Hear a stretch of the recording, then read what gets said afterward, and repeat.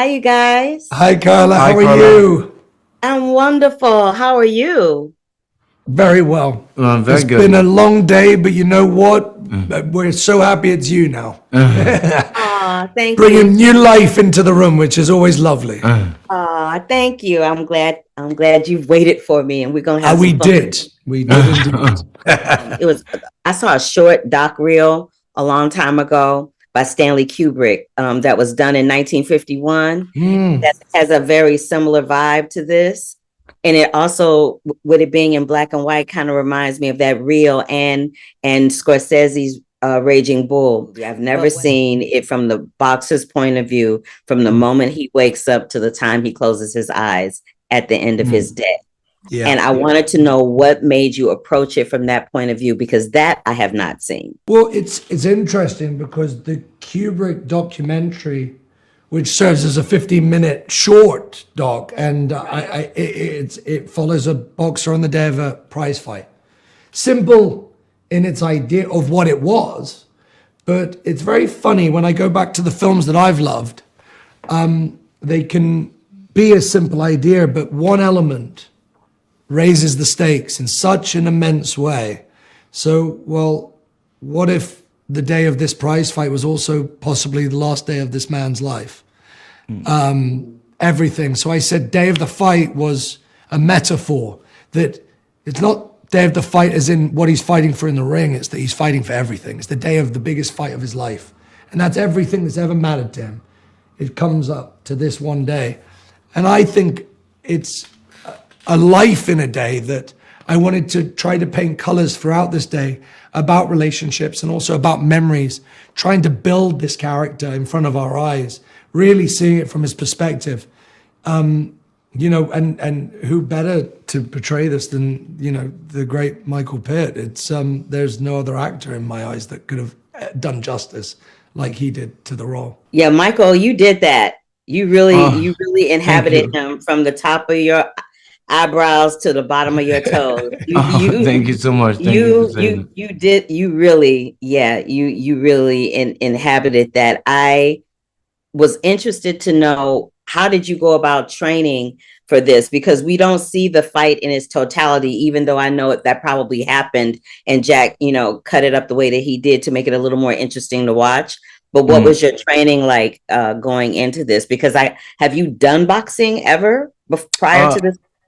Yeah, I mean, that's how we approached it. Yeah. And I learned to box in Brooklyn, and so I had a Brooklyn style. And a lot of my friends were ex boxers and champions.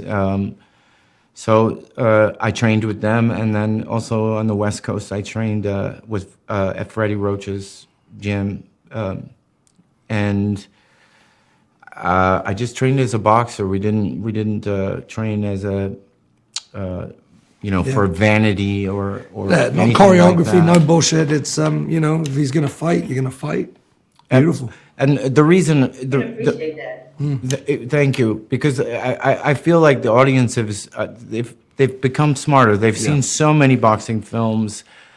They've seen all the bag of tricks, and so I felt like They we can had call to do bullshit, man. Yeah, Yeah, they can they call will call bullshit. bullshit. And the film's about honesty. It's about truth. After you give a performance like that, you wouldn't want to drop the baton at the last hurdle. That's the whole thing. It's like after delivering such a unforgettable performance as an actor, with so many unforgettable performances, but like when we got to the fight, it was amazing because Michael was the one who was saying to me, I want to make contact. I got to do this. I got to, and thank God we did it on the last few days and he didn't get hurt, but it was a feat to watch. It was something special, and we managed to do it in a day and a half. So that was something.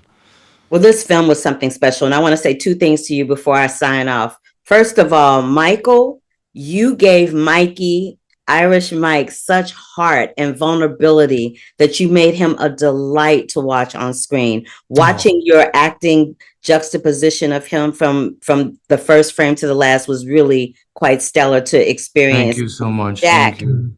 the way you do the imagery with even from the point of him looking at his reflection in the water to so many other things I could bring up. It was simply brilliant. Y'all, thank you so much for letting Thank me. you so much. What lovely words to say.